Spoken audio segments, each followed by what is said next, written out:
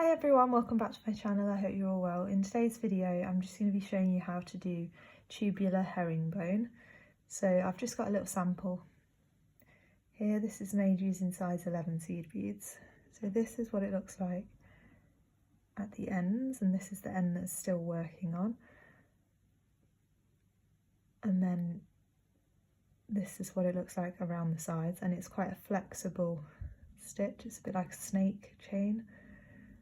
So it does make a very flexible piece of beadwork. So you can use this to make bangles, bracelets, necklaces. You can use any size seed beads to make this. This is using size 11 seed beads. You can see how it's kind of stretchy as well, so it's a great stitch for doing a bangle because it's got that little bit of stretch that you need to get it on. So I prefer to use round seed beads for this, but you can do it with delicate beads as well. But yeah, I just prefer the look of the round seed beads for this one. So this is size 11. Like I said, you could use size 8, size 15, size 6 to do this stitch. So I'm going to show you how I start it off today, and then you'll be able to go on and make your own designs with this. So it's a really good basic stitch to have in your knowledge, so you can go on to make lots of different things. So I'm going to be using a size 12 beading needle with some 6-pound file line in crystal. I prefer to use that for most of my beadwork, but I like it for this so it holds its shape of the tube nicely. And then I'm also going to be using some size 8 seed beads. So this is the colour and number and where I got it from, if you wanted to use the same colour. This is just to show you a sample. I thought I'd do a bit of a bigger bead so that you can see what I'm doing. So I'm just going to tip some of those out. This is a really nice colour, eucalyptus.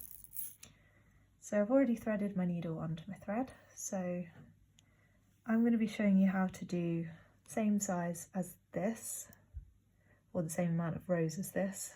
So if you turn it on the end here, you can see we have 1, 2, 3, 4, 5, 6 columns of beads going down in these straight lines. And that means we're going to start with 6 rows of ladder stitch. So I start this with a ladder stitch, doing 2 beads of ladder stitch, so 6 rows of that. So start by picking up 2 and slide those down until they're almost at the end of your thread. Then pick up another 2 and go back into these 2 that you're coming out of, but on the opposite side to where your working thread's coming out. Pull that through. So then you should have this. Now moving from out of the top of here, you're going to go down through those 2 you just added and pull nice and tight. So right now we have 2 rows of ladder stitch. 1, 2. So picking up 2, coming out of the bottom here, you're going to go round and go down through those 2 beads.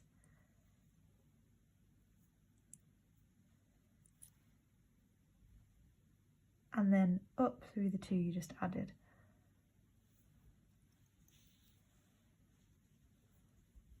So now we have 3 rows. Pick up 2,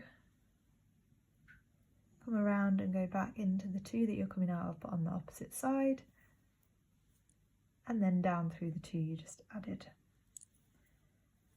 Pick up 2, same thing again, go back into the 2 that you're coming out of, but on the opposite side to your working thread, and go up through those 2 you just added.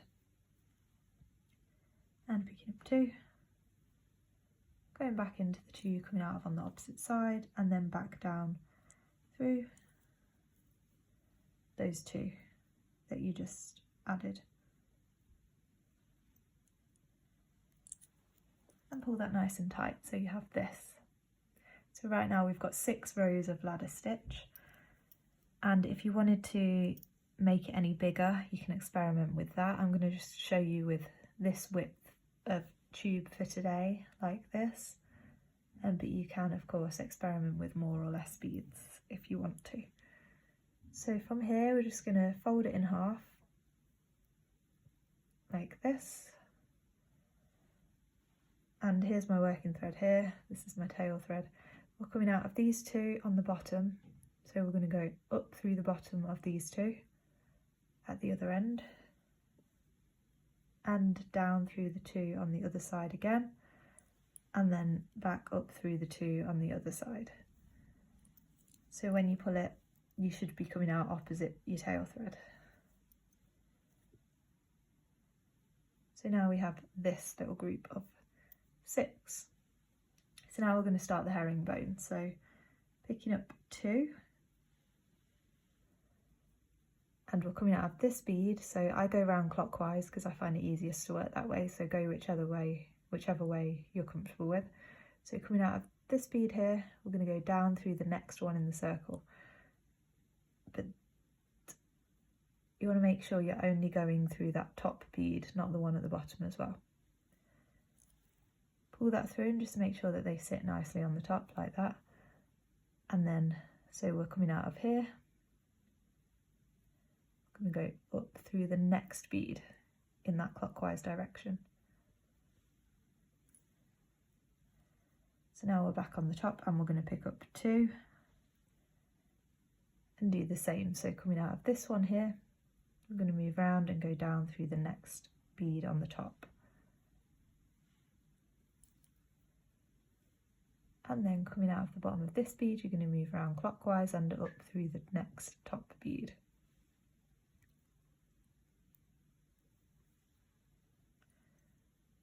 When you pull that tight, I forgot to say, make sure that that thread sits in between those 2 rows of beads and doesn't get caught underneath.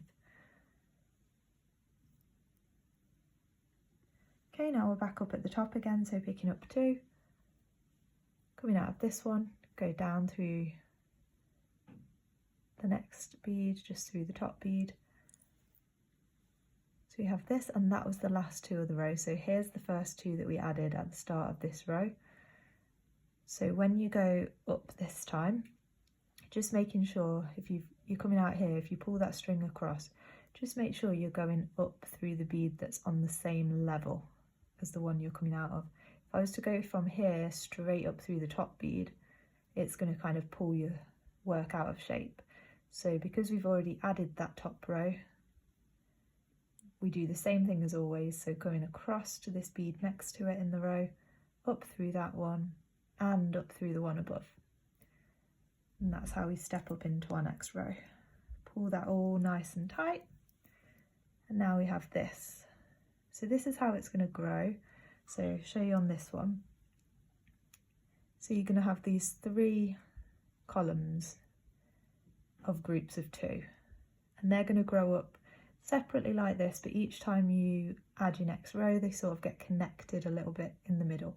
So don't worry about these being loose at the moment. They get connected as you join them up. So on to our next row. So we're just basically going to be doing the same thing again. It's just that these 6 beads here in this row that we're starting with this time, they're not all connected like they were before, but it's basically the same technique. So picking up 2, coming out of this one, move around clockwise through 1 bead and go down through that top bead, just through the 1, pull that down, just making sure they sit nicely, then moving around and up through the next bead on the top. So that's going to join those 2 columns together. And then again picking up 2, coming out of this one, so going down through the next bead on the top. Now coming across and up through the next bead that's on the same level. Pick up 2. Coming out of here, we're going to go down through that next bead on the top row. And again, this is the last 2 of the row. So then from there, you just want to make sure you're again going across and up into the one that's on the same level and the one above, so the top 2 basically of the next column. Pull it all nice and tight. So now you have this. So then you're just going to carry on doing that same thing until you get the length that you need. When you get to the end and you want to join up, say this is the end of your project and you want to join these up, all you do is move down through the next bead without picking up any more beads, of course, up through the next one, down through the next one, up through the next one, down through the next one, and then up through that last one. Pull it nice and tight. Sorry, pull it nice and tight, and now they're all joined together, and that's how I would make the end match the other end, so you don't have these loose columns, and then you can finish it off in any way that you like. So that is how I do tubular herringbone stitch. So I hope you've enjoyed this video and found it informative and helpful. So look at the difference in size between size 8 and size 11. It's a big difference. Personally, I like how the 11 looks. It makes like a slinky bracelet. I'm going to turn this one into a bangle when I get to the length that I need. So yeah, I hope you've enjoyed this video and you're able to do this stitch now. I hope this was really helpful to you. Comment down below anything else you'd like to learn from me or any other tutorials you'd like to see. Like this video and subscribe if you enjoyed to see more of my videos, and you can follow me on Instagram at Beading by Hannah. Thanks so much for watching everyone. See you next time. Bye.